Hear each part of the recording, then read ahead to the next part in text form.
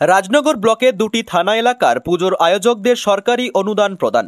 রাজনগর ব্লকে চন্দ্রপুর থানা ও রাজনগর থানার অন্তর্গত দুর্গাপুজোর আয়োজকদের সরকারি অনুদান প্রদান অনুষ্ঠান আয়োজিত হয় রাজনগর বিডিও অফিসের সভাকক্ষে।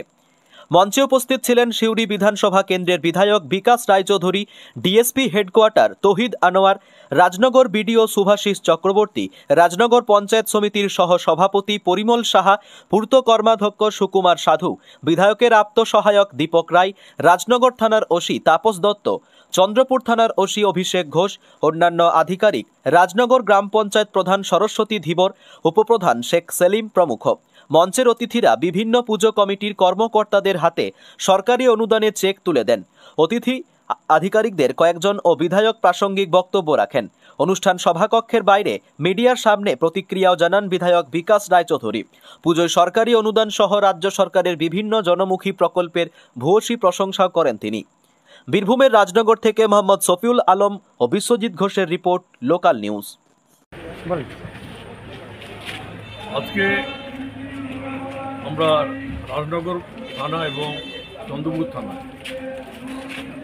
শারদ উৎসবকে কেন্দ্র করে মা দুর্গার যে পুজোর আয়োজন, মাননীয় মুখ্যমন্ত্রী যেভাবে আজকে প্রতিটি পূজা কমিটিকে 1,10,000 টাকা করে অনুদান উপহার দিলেন, আমরা তার চেক বিতরণ করলাম। আজকে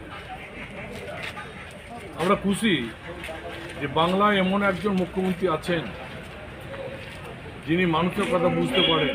বড় বড় বাজেটে পুজো করার ক্ষমতা অনেকের রয়েছে, কিন্তু সেই পরিমাণটা কিন্তু কম।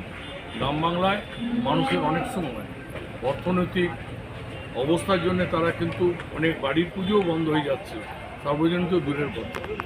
কিন্তু মমতা ব্যানার্জি সে কথা বুঝেছেন। আজকে প্রতিটি সার্বজনীন ক্লাবকে, কমিটিকে এই 18 সাল থেকে শুরু করেছেন। করোনায় যখন মানুষ বিভ্রান্ত, সেই ট্র্যাডিশন চলছে 10,000 থেকে 25,000, 50,000, আজকে 1,10,000।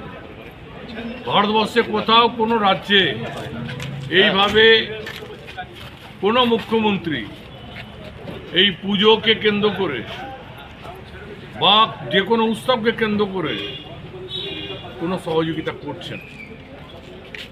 আজকে বাংলার মানুষ কৃতজ্ঞ তার কাছে। আজকে আমরা প্রায় 78 জনকে আজকে এখানে চেক বিলি করেছি। সুতরাং এই জায়গায় মানুষ খুব খুশি। মানুষ বলছে আমরা মা দুর্গার কাছে, মায়ের কাছে প্রার্থনা করব মাননীয় মুখ্যমন্ত্রী যেন দীর্ঘদিন বাঁচেন, সুস্থ থাকেন, আমাদের সেবায় যেন তিনি নিয়োজিত হন। তিনি যেভাবে সহযোগিতা করছেন আমরা তার পাশে আছি। ধন্যবাদ।